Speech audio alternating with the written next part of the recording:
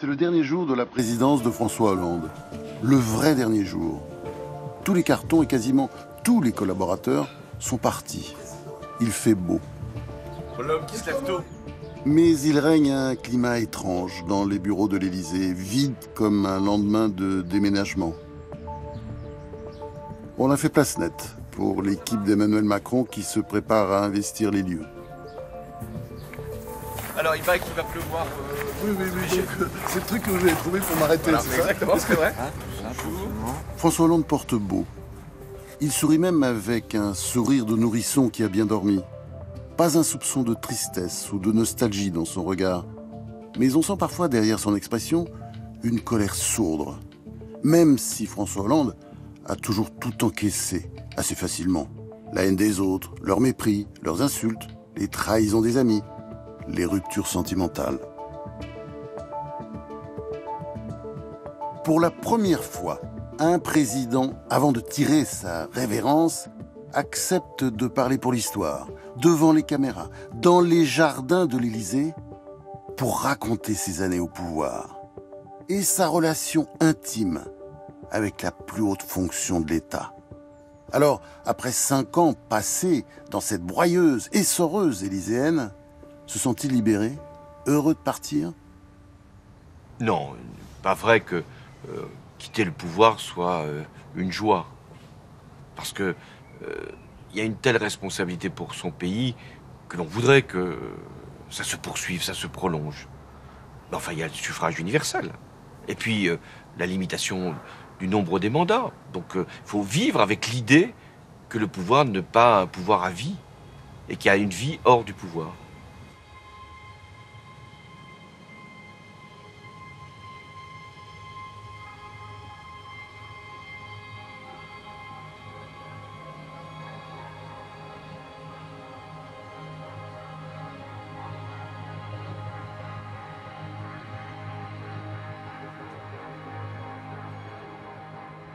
Vous avez souffert d'une impopularité chronique pendant tout votre mandat. Comment vous l'avez vécu? On ne s'habitue pas à l'impopularité.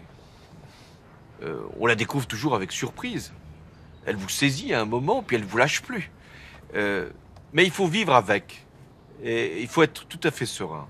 En disant que il y a toujours la justice de l'histoire qui arrivera à porter sa véritable appréciation. Mais surtout, il ne faut jamais être entravé par l'impopularité. Et je vais même être paradoxal. Mieux vaut qu'elle arrive tôt pour que nous soyons sûrs, pour ceux qui gouvernent, que finalement, qu'importe l'issue, du moment que la décision soit la meilleure pour le pays. Et moi, je n'ai jamais été gêné ou empêché par l'impopularité. J'aurais pu me dire, bah non, je vais arrêter de réformer, je vais arrêter de décider d'un certain nombre de choix essentiels sur la sécurité ou sur la lutte contre le chômage ou sur la fiscalité, parce que je vais encore être plus impopulaire. Mais à partir d'un certain niveau d'impopularité, vous n'avez plus rien à perdre. Et j'ai considéré que je pouvais aller mon chemin. Et finalement, les Français sont tout à fait légitimistes. Ils ont dit, bon, il est impopulaire, nous ne soutenons pas nécessairement sa politique, mais il est en place et il va aller jusqu'au bout et il va décider ce qu'il pensera juste pour le pays. C'est ce que j'ai fait. Mais je n'ai tiré néanmoins la conclusion. Je n'ai pas voulu m'imposer. Je n'ai pas voulu moi-même créer une difficulté supplémentaire. J'ai dit, je gouvernerai, je dirigerai le pays pendant les 5 ans, jusqu'au bout. Et si je suis impopulaire, eh bien, j'en tirerai la conséquence que je ne peux pas être candidat, ce que j'ai fait.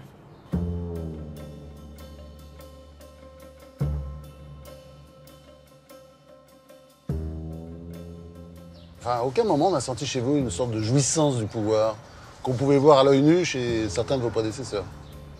Ce n'est pas une jouissance, c'est une responsabilité. Et parfois, on peut se tromper, et ça m'est arrivé. Ça vous est arrivé quand? Donc, quand on nomme des ministres qui ne sont pas forcément ce qu'on attend d'eux, notamment sur le plan de l'intégrité. C'est arrivé une fois avec l'affaire Cahuzac, qui a été extrêmement douloureuse pour moi, qui a porté la République exemplaire. Mais je récuse cette notion de jouissance, qui d'ailleurs est regardée par les Français comme une perversion. Celui qui exerce le pouvoir manifeste ostensiblement. Mais doit-il cacher son plaisir d'être au sommet de l'État. Non, je ne crois pas. Mais ce n'est pas un plaisir non plus, toujours. Mais moi, je ne veux jamais donner l'impression que le président de la République demanderait de la compassion. Il n'y a aucune compassion à avoir à l'égard du président de la République. Oh, vous avez quand même pris de plein la gueule. Oui, mais il n'y a aucune compassion. Mais Personne ne m'avait forcé à venir. Personne m'avait traîné par un camion grue pour me mettre jusqu'ici et m'installer à l'Élysée. Je l'avais voulu. Donc, aucune compassion, aucune indulgence à l'égard de celles et ceux qui exercent les plus hautes autorités de l'État.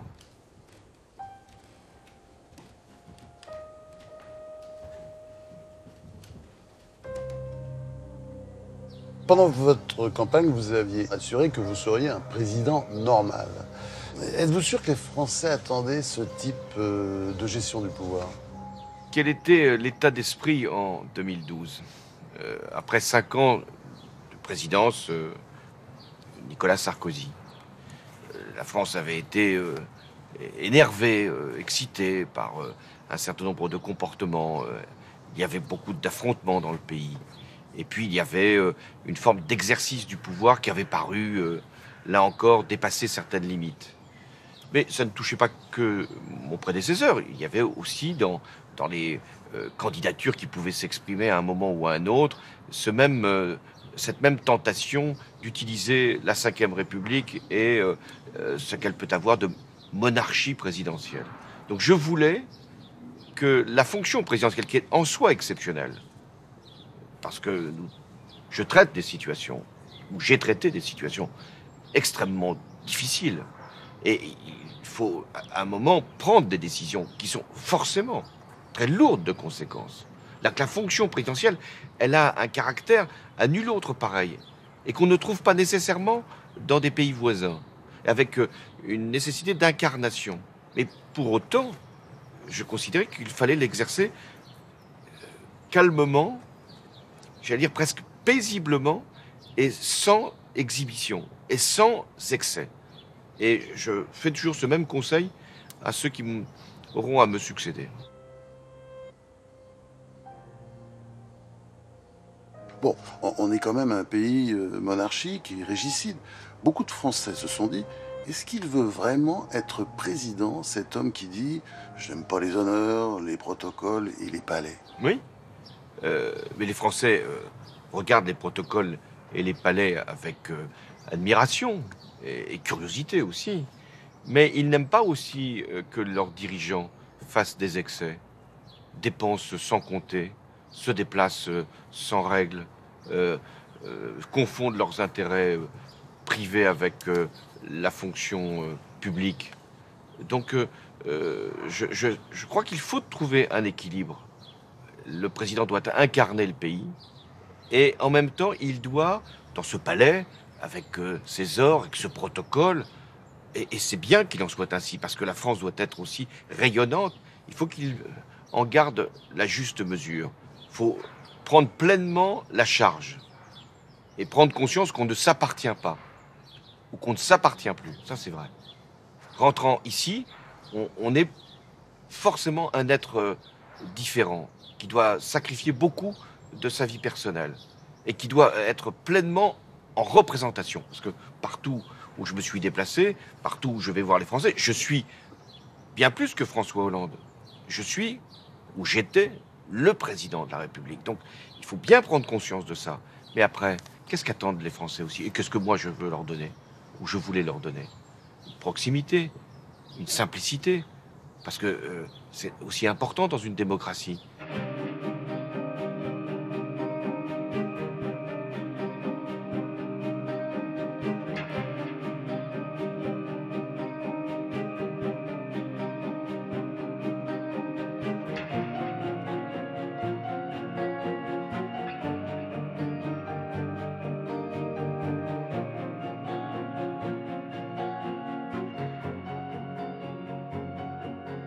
Vous pensez que ce serait aussi dur avec les médias? Ils vous harcelez, non?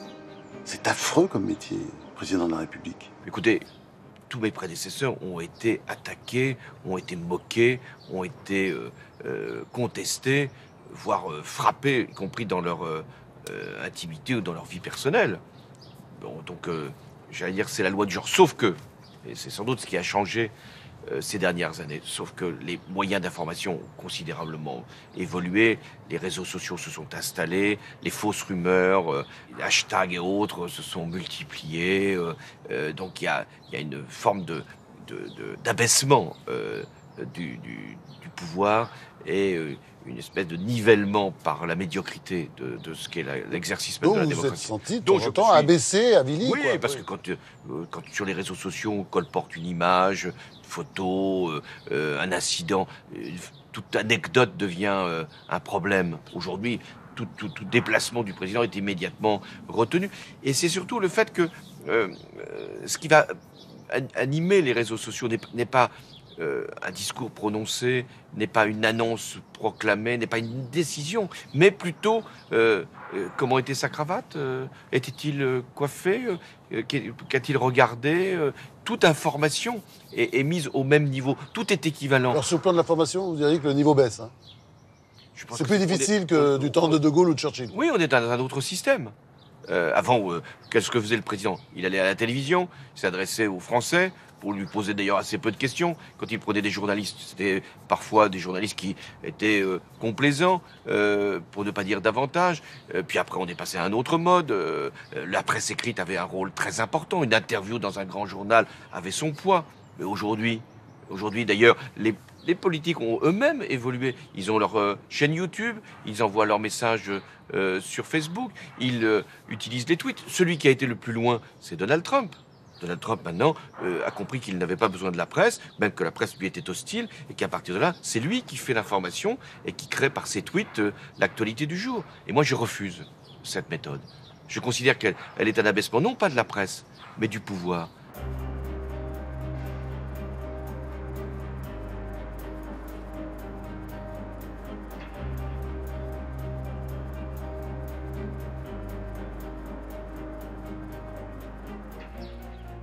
Qu'est-ce qui vous a le plus pesé dans cette fonction? Ce que j'ai peut-être le plus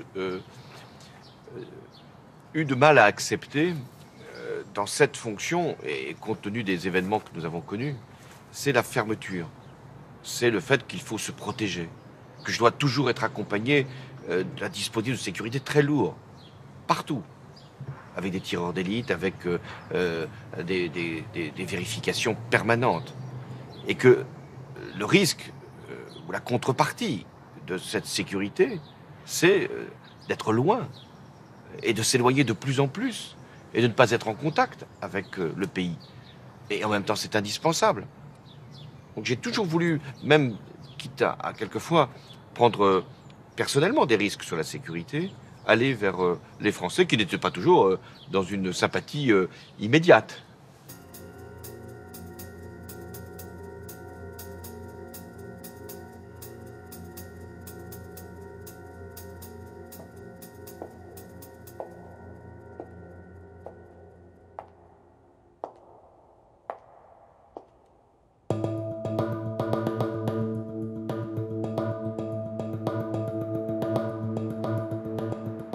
À quel moment du quinquennat avez-vous ressenti le plus vivement ce qu'on appelle la solitude du pouvoir? Le président de la République exerce solitairement le pouvoir. Parce que c'est à lui qu'il est demandé des comptes. Parce que c'est lui qui va décider en dernier ressort.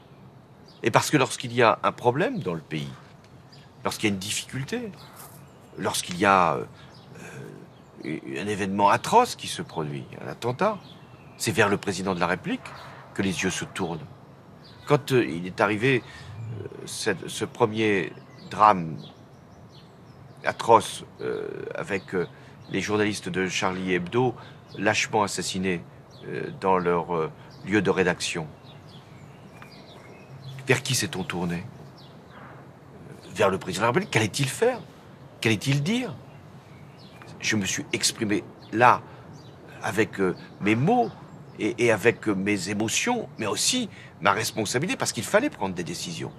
Alors, oui, il y avait plein de monde autour de moi, il y avait un gouvernement, il y avait le Premier ministre Manuel Valls, il y avait Bernard Cazeneuve qui était à mes côtés, et nous en avons bien sûr parlé. Mais c'était là seul que je devais parler et dire.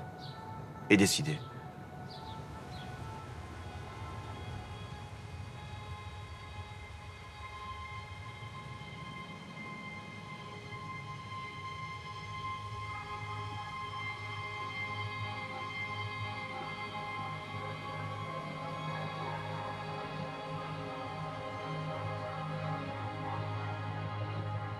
Alors faible avec les frondeurs et fort avec les terroristes, ou souple avec Martine Aubry et dur avec Daesh, finalement, est-ce que c'est pas ça la marque de votre quinquennat?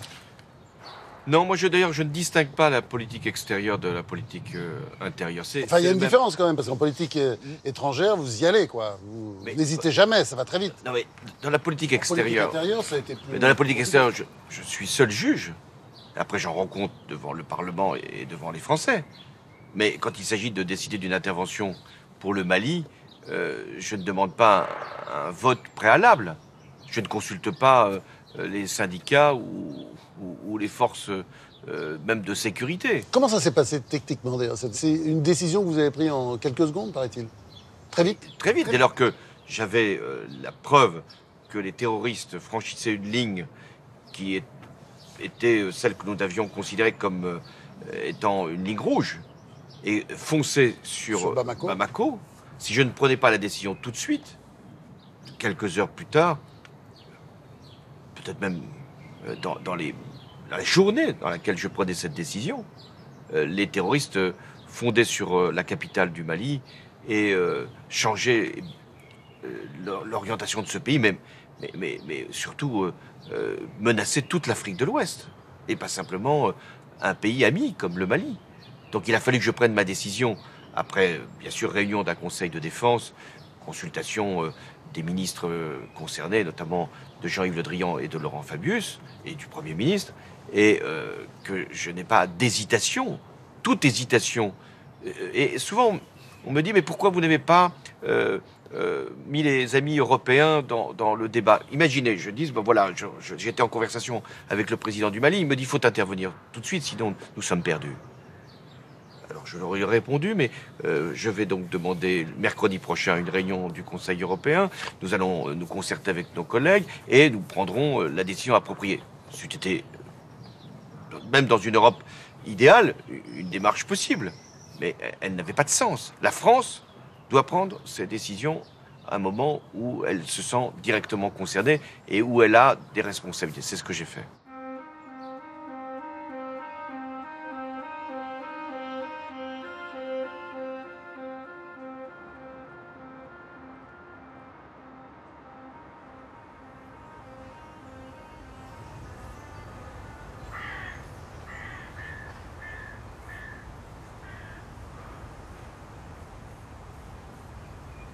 Les chefs de gouvernement ont une différence avec le chef d'État.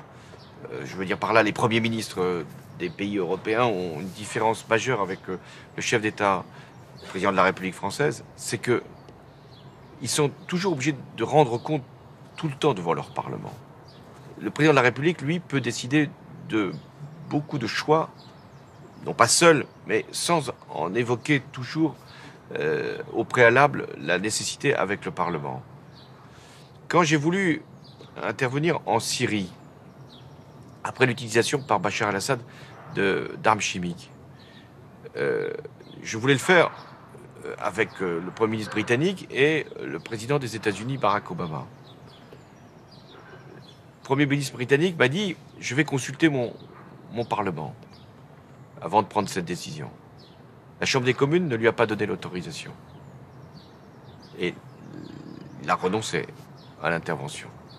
Barack Obama, qui n'était pas forcément obligé de le faire, a lui aussi dit « Je vais consulter le Congrès ». Moi, je leur ai répondu « Si vous décidez d'intervenir avec nous, moi, je peux le faire tout de suite. C'est le privilège de la Ve République. » Alors, la France est une grande puissance, mais n'est pas la première puissance. Mais elle a au moins cette capacité. Et moi, je veux absolument souligner ça devant les Français. On critique souvent les institutions, on considère qu'elles donnent beaucoup de pouvoir au président de la République. C'est vrai. Mais ce pouvoir-là, il est au service de la sécurité des Français.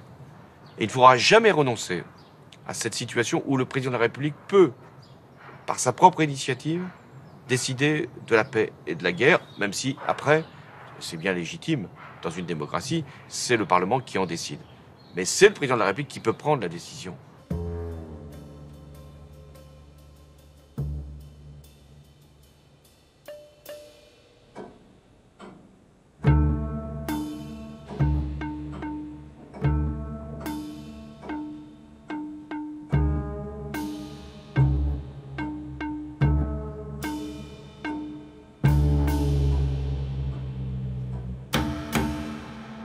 Pourquoi ne pas aller aussi vite pour le bien commun? Par exemple, pour la lutte contre le chômage. La lutte contre Pourquoi le chômage. forcer le destin? Oui, la lutte contre Pourquoi le ne pas forcer le destin aussi La lutte contre le chômage. sur l'intérieur? Je n'envoie pas des armées contre le chômage. Je n'envoie pas des militaires contre le chômage. Ce serait bien. Oui, mais ça ne marche pas comme ça. Je ne peux pas contraindre des entreprises à recruter. Qu'est-ce que je ai fait sur le chômage? Très vite, le pacte de responsabilité, c'est-à-dire l'allègement des impôts et des charges des entreprises en contrepartie de création d'emplois. Décision que je prends déjà à la fin de l'année 2012 et que j'amplifie au début de l'année 2014. Mais après, il faut faire voter par le Parlement ces dispositions. Ça prend des mois. Ensuite, il faut faire appliquer ces décisions.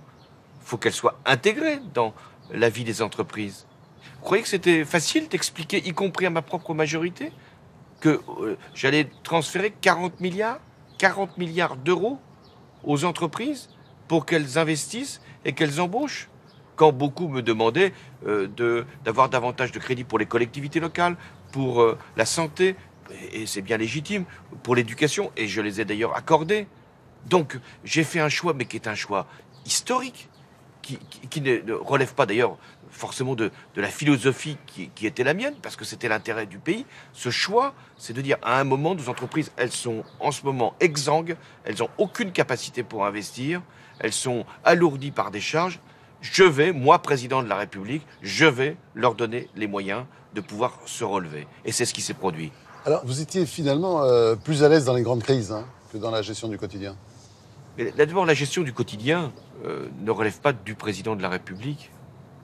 Il faut en finir avec cette vision où le président de la République devrait s'occuper de tout. Le Premier ministre a un rôle très important dans nos institutions. Certains considèrent même trop important. Et qu'il y a une forme d'incompréhension. On élit un président de la République, et puis finalement, c'est un Premier ministre qui s'occupe de la gestion du quotidien.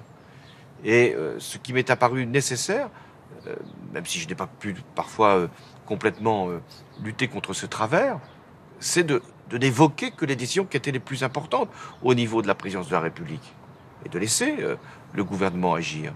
Et ça me paraît être très difficile à faire comprendre aux Français, mais en même temps nécessaire pour que le président de la République ne soit pas absorbé par tout et empêché de bien comprendre quelle doit être la direction du pays. Parce que ce que doit faire le président, c'est pas réfléchir jusqu'au terme de son mandat, c'est prendre des décisions qui vont aller bien au-delà de son mandat.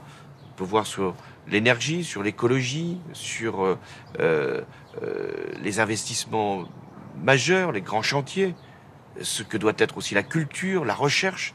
Ce qu'on attend du président, c'est qu'il voit loin et qu'il se dise que qu'importe, ce que je l'ai montré d'ailleurs, qu'importe finalement s'il ne doit pas être candidat.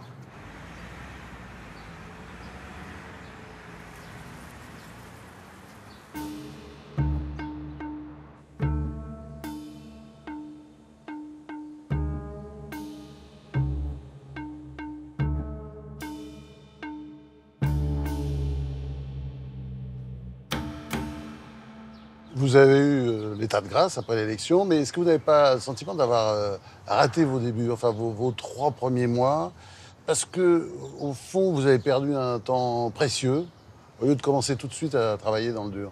C'est faux. Il y a toujours un état de grâce. Il sera de plus en plus court. Mais il existe. Et cet état de grâce m'a permis de gagner les élections législatives après l'élection présidentielle.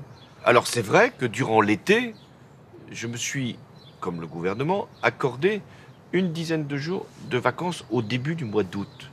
Et on voudrait me faire croire que c'est parce que je serais parti en vacances pendant quelques jours que les décisions n'auraient pas été prises. Pendant ces vacances-là, j'ai été amené à aller à plusieurs cérémonies extrêmement douloureuse, puisque un militaire avait été tué, et j'ai été amené aussi à rencontrer des familles de gendarmes, parce que 2 gendarmettes avaient été affreusement assassinés.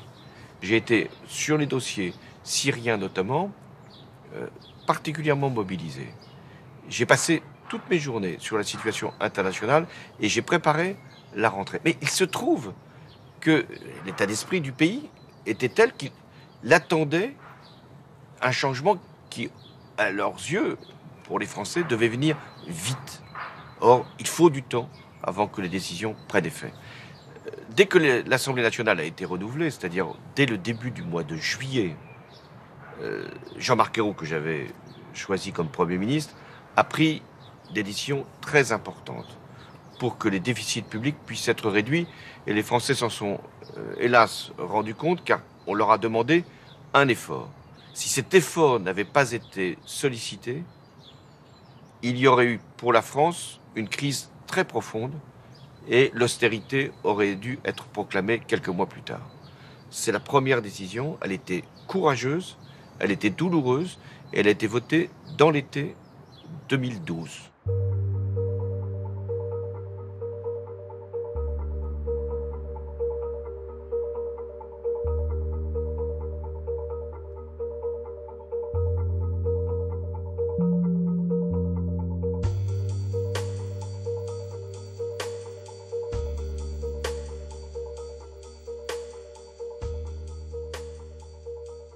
De toutes les accusations qu'on a portées contre vous, y en a-t-il une qui vous a particulièrement blessé? Machiavélique? Sans affect? Sans affect, je l'ai montré. Je voulais le montrer. Et ça, c'est très important que je puisse vous en faire cette confidence. J'ai été, bien sûr, attaqué, frappé par de multiples critiques, par les événements, par les épreuves. Par les épreuves. Bon. Quand je vois la mort, car j'ai vu la mort autour de moi, la mort qui touche des soldats, la mort qui touche des familles, la mort qui touche des victimes d'attentats. Si je montre de l'émotion, elle est là, elle n'est pas feinte. Mais si je montre de la faiblesse, si je donne le sentiment de m'effondrer face à ce malheur, alors qu'est-ce qu'on pensera du président de la République? Vous aviez, de temps en temps, la tentation de vous effondrer? Quand j'ai vu des familles dans les épreuves, oui. Vous pleuriez? J'ai retenu mes larmes, mais je ne les ai pas montrées. Non pas parce que je voulais affecter une forme d'insensibilité, au contraire, mais parce que je considérais qu'il fallait aussi, face aux terroristes qui nous regardaient, montrer de la détermination et de la force. Mais j'ai été profondément blessé par ces épreuves, blessé au fond de moi-même, parce que je me suis dit toujours, j'aurais pu être le père d'une de ces victimes. J'aurais pu être aussi le père d'un de ces soldats. Et quand je consolais des familles, quels étaient les mots que j'utilisais le plus? Ces enfants avaient l'âge de mes propres enfants. Je pouvais mesurer leur peine. Parce que ce sont des soldats de 20 ans qui tombent dans des opérations extérieures. Ce sont des jeunes de 30 ans qui ont été, pour beaucoup, tués au Bataclan ou sur les terrasses. Donc je n'avais pas d'autre mot que de dire ces enfants auraient pu être les miens. Et je partageais la peine.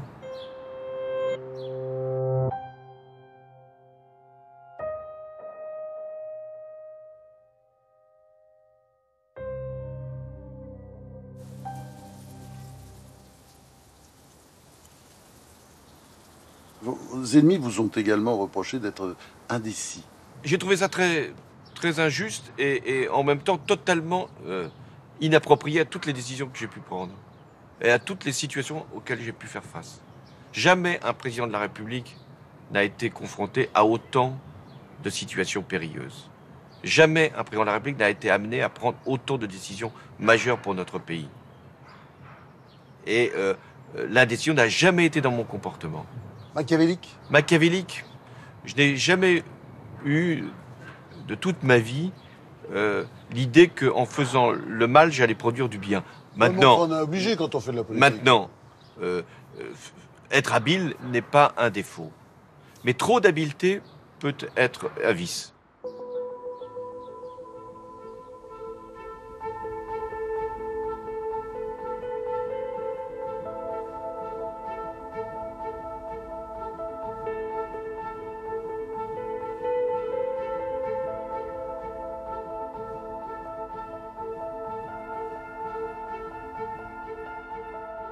Pendant la campagne de 2012, vous avez dit « Mon ennemi, c'est la finance ». C'est une phrase qu'on vous a reprochée pendant tout votre quinquennat. Vous la regrettez? Mais quelle était la situation au moment où je fais le discours du Bourget? La crise des subprimes avait sévi et avait basculé le monde dans une crise économique profonde avec des millions de chômeurs. Il y avait aussi des spéculateurs qui avaient, on se souvient d'un certain nombre de ceux-là, qui avaient capté une part de la richesse qui n'avait même pas été produite par eux et qui avaient désorganisé le monde. On avait demandé aux contribuables de payer pour les défaillances des systèmes bancaires. Donc oui, cette finance-là était notre adversaire. Mais la finance n'a pas le même rôle aujourd'hui qu'elle l'avait il y a quelques années quand je me suis exprimé. Oui, mais avec cette phrase, vous avez quand même donné des verges à vos adversaires. Mais on donne toujours des verges quand on vous faire dit fouetter. Un certain nombre de choses qui, à un moment, sont exactes et à un autre viennent à évoluer par notre propre action.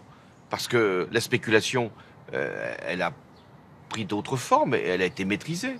Parce que les taux d'intérêt sont parmi les plus bas de notre histoire, parce que nous avons rétabli nos comptes publics sans qu'il soit besoin de faire une politique d'austérité, et parce que les banques ont été amenées, ça c'est une grande réforme que j'ai menée avec la chancelière Merkel et l'Europe, les banques ont été appelées à participer au renflouement des établissements financiers défaillants, alors qu'avant c'était les États, donc les contribuables. Donc la finance, nous l'avons maîtrisée.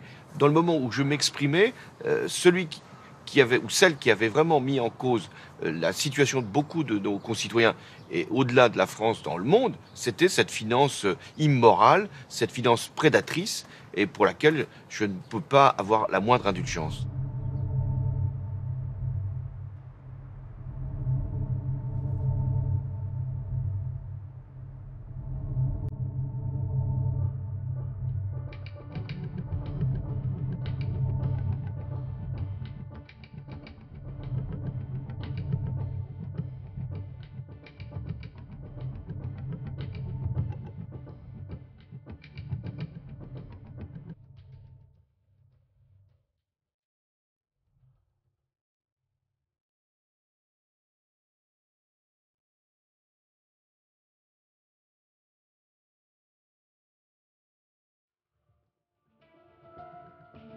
Vous n'aviez pas quand même vraiment la majorité.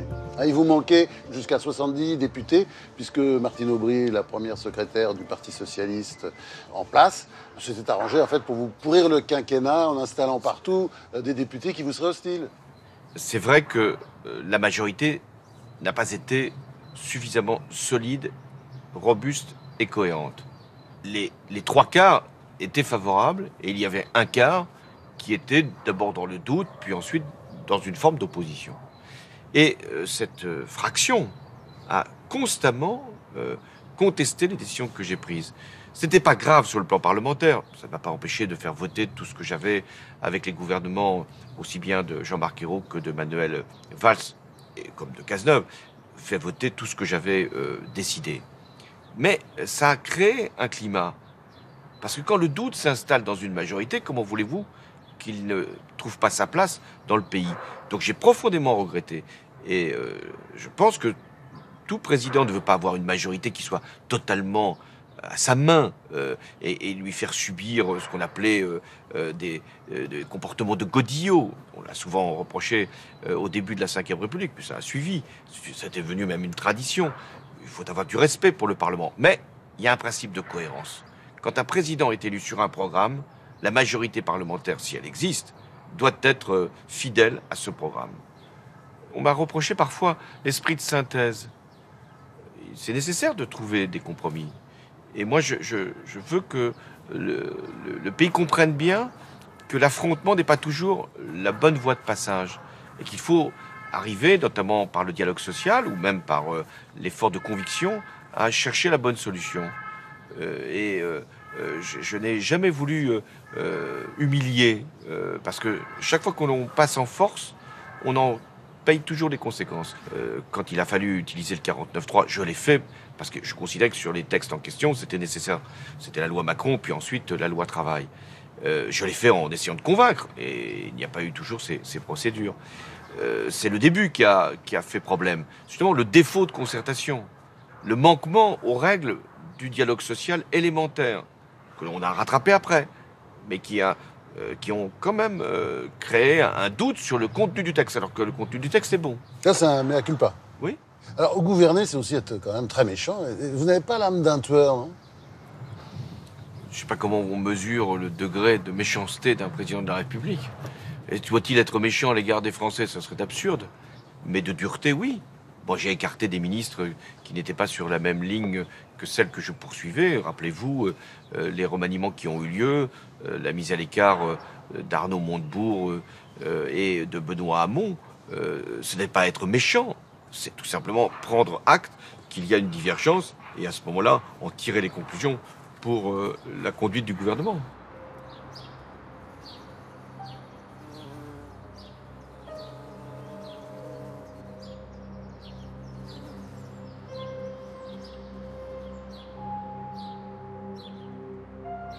Alors, il y a un autre reproche aussi qui vous a été beaucoup fait, traître.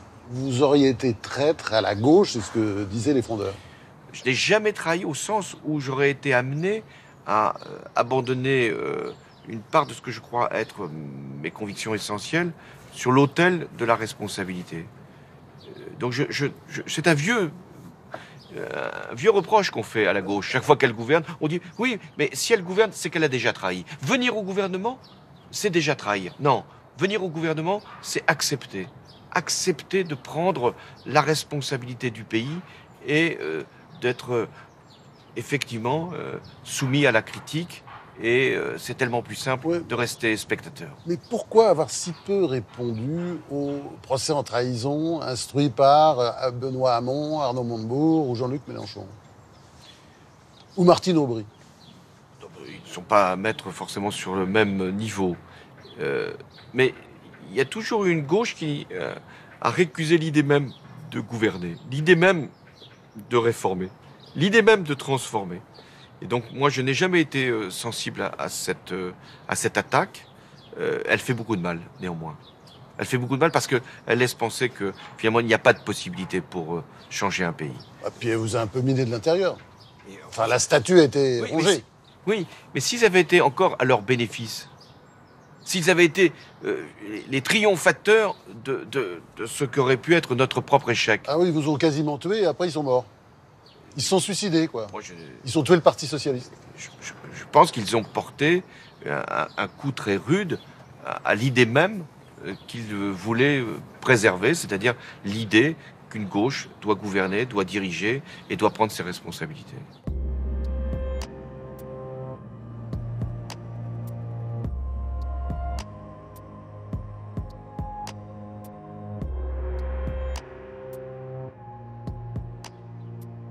Pourquoi n'avoir jamais dit, par exemple, que ces frondeurs, c'était eux les traîtres? Parce que le Parti socialiste, c'était votre... comment dire?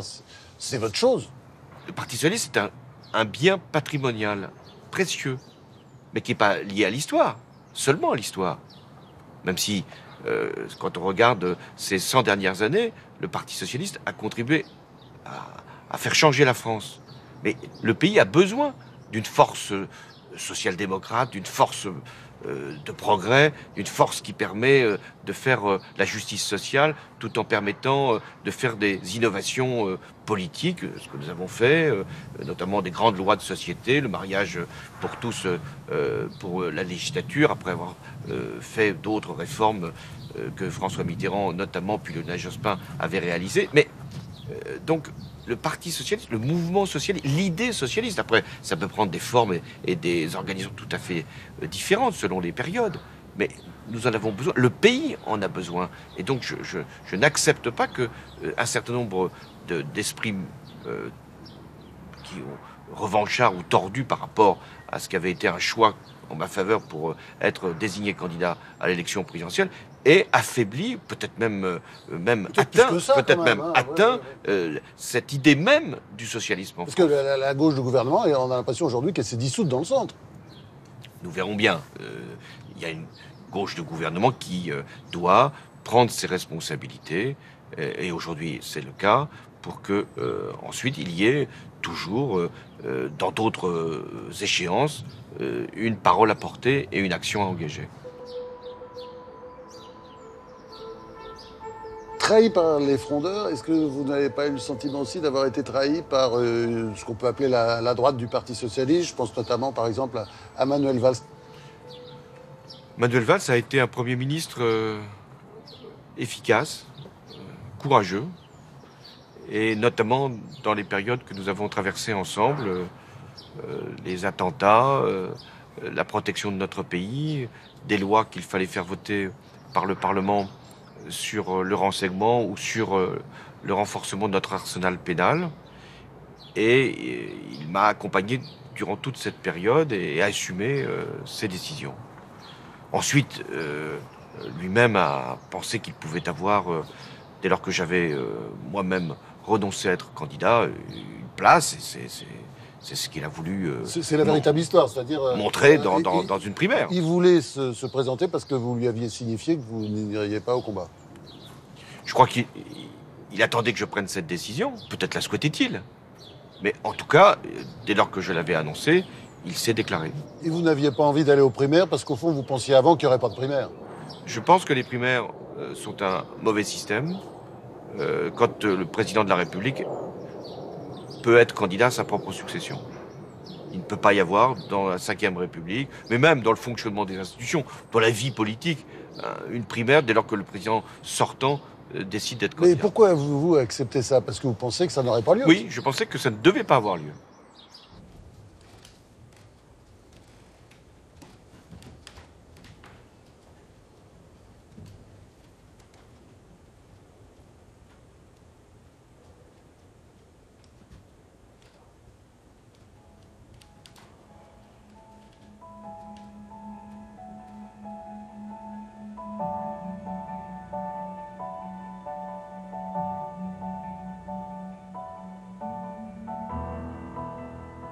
Alors, avec Emmanuel Macron, les choses étaient un peu différentes. Là, il n'est pas vraiment question de trahison. C'est une relation avec un fils prodige et prodigue. Emmanuel Macron a découvert la politique à mes côtés. Un sale gosse, un peu. Non, c'est pas vrai. Il a été, là aussi, un conseiller utile durant la première partie du mandat. Un ministre que j'ai appelé, parce qu'il y avait des réformes à faire. Et après, il a pensé qu'il pouvait avoir un destin politique. Peut-être n'avait-il pas songé tout de suite à l'élection présidentielle. Il attendait sûrement que je me prononce. Il a sûrement aussi perçu qu'il y avait des divisions dans la famille socialiste qui lui permettaient de jouer sa partie. Et c'est ainsi qu'il a, étape par étape, construit une candidature. Et les circonstances ont été exceptionnelles. Personne n'aurait pu imaginer que la gauche se divise à ce point, que les socialistes choisissent un candidat qui n'a pas convaincu, et que la droite prenne un candidat et surtout le maintienne, alors qu'il était submergé par un certain nombre de polémiques et d'affaires qui le concernaient directement. C'est ce qui a permis à Emmanuel Macron, et c'est la vie politique, de saisir cette opportunité. Parce que il a eu beaucoup de c'est chance, qu'une élection présidentielle? Oui, mais toujours.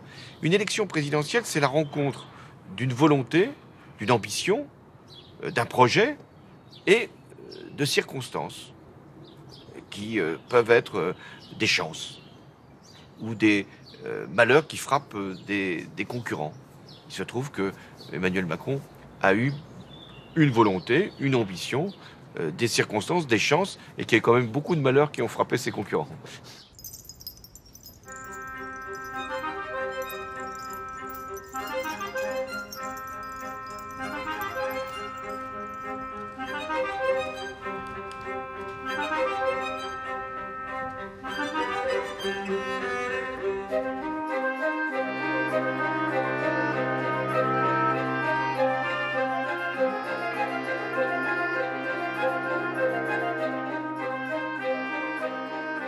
En 5 ans de présidence, qu'est-ce que vous avez appris sur la France et les Français? La France, elle est divisée, y compris dans ses comportements. Elle est à la fois querelleuse et en même temps, elle aspire à l'unité. La France, elle est parfois composée de citoyens qui ne pensent qu'à eux-mêmes, qui sont inquiets de leur propre avenir, qui sont tentés par des solutions de repli. Mais chaque fois qu'on exalte leur fierté, qu'on leur montre qu'il y a un chemin qui peut être celui de la France plus glorieuse que peureuse, eh bien, ils adhèrent. Donc, ce qu'il faut, c'est s'adresser, comme à chaque fois qu'on s'exprime, à un citoyen dans ce qu'il a de mieux dans son esprit, à sa part de confiance, de rêve, d'espoir, de fierté. Et c'est pour ça que cette bataille politique, confrontation politique demeurera toujours. Qui s'adressera à ce qu'est la part d'ombre, la part de peur, la part d'inquiétude, la part de repli, ou qui s'adressera à la part optimiste, confiante, heureuse du citoyen. J'ai fait mon choix. Et je pense qu'il ne faut jamais ignorer l'autre part pour essayer de la transformer, de la capter pour la transformer. Ce qui m'a le plus heurté durant le quinquennat, c'est le dénigrement que beaucoup de Français avaient à l'égard de leur pays. Et je n'ai cessé de leur dire, mais soyez juste dans votre regard. Soyez conscient de vos forces. Regardez tous vos atouts. Vous êtes la 5e puissance économique du monde. Vous avez une culture, un mode de vie qui sont enviés partout dans le monde.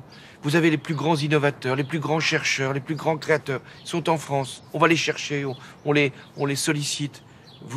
On a ici des entreprises qui réussissent formidablement bien, des start-up nombreuses. On a une agriculture qui est d'une grande capacité, de diversité de ses produits, même si elle souffre.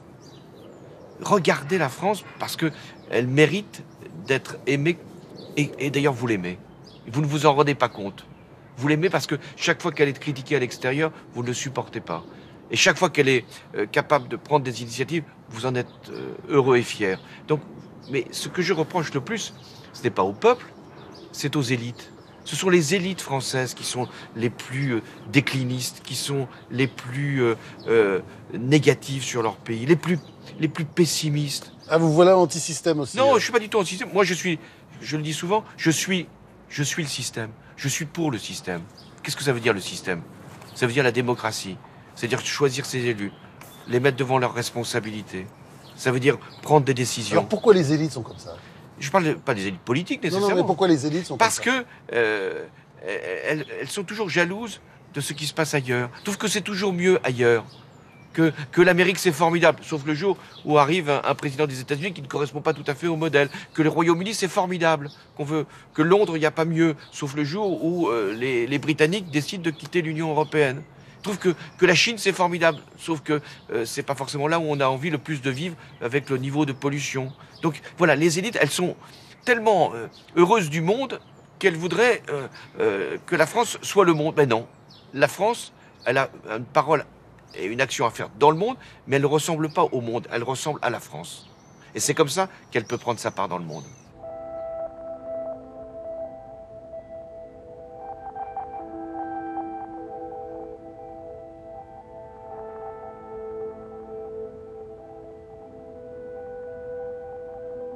Aujourd'hui, avec le recul, qu'est-ce que vous n'auriez pas dû faire? Je ne suis pas encore dans l'état d'esprit de me livrer à un examen de conscience. Peut-être qu'il y a des formes que je n'aurais pas dû prendre d'expression. Peut-être aurais-je dû faire plus attention certainement, notamment au début du quinquennat, pour installer et incarner. Mais sur les décisions que j'ai eu à prendre dans le quinquennat, j'en ai évoqué une qui n'était pas finalement opportune, en tout cas qui a divisé, c'est la déchéance de nationalité. Et donc, si j'avais à revenir sur le discours qui a été salué debout par tous les parlementaires à Versailles au lendemain des attentats du 13 novembre, la déchéance de nationalité n'aurait pas dû être proposée.